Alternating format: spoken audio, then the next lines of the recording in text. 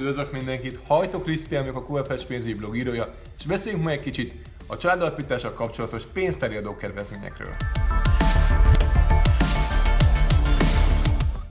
A gyermekvállalás az ember életének legfelelősségteljesebb döntése.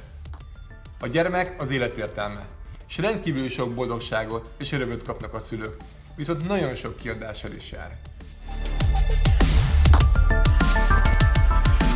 Az állam egyértelmű célkitűzése, hogy támogassa a családalapítást, és adókedvezményekkel, állami támogatásokkal könnyítsen a családok anyagi helyzetén.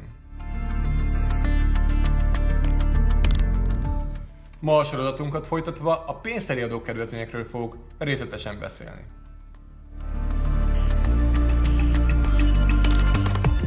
Mire van szükség az adókedvezmény kihasználásához?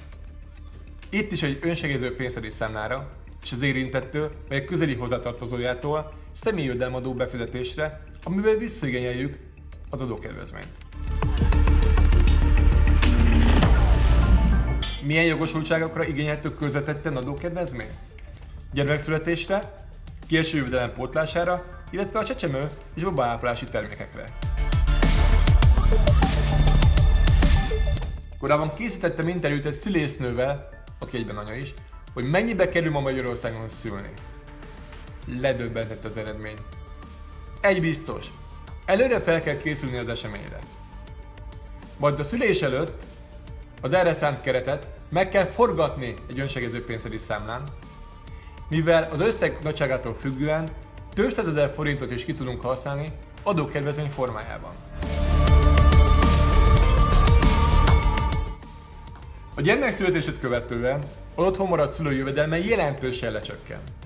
Ez kipótolandó, a pénztári számláról akár több éven keresztül is ki lehet venni ezt az összeget, aminek a 20%-át adókedvezmény formájában meg is fogják kapni.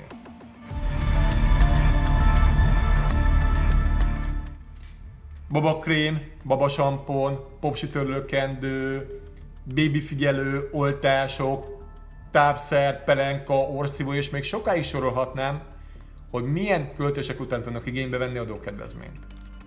Az előző két esetben 180 napig kamatoznia kell annak az összegnek, amit befizetnek. Itt viszont nincs szükség várakozási időre, így 2-3 napos megforgatással, pénzlekötés nélkül tudnak igénybe venni adókedvezményt.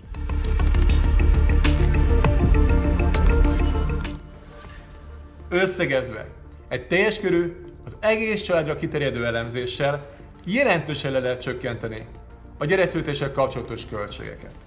Itt is szükséges a tervezés és a tudatosság.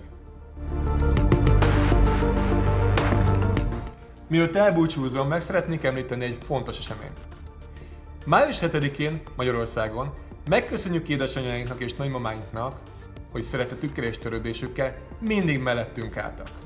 A legmélyebb tiszteletem minden édesanyának és nagymamának. Viszlát! Hamarosan újra találkozunk.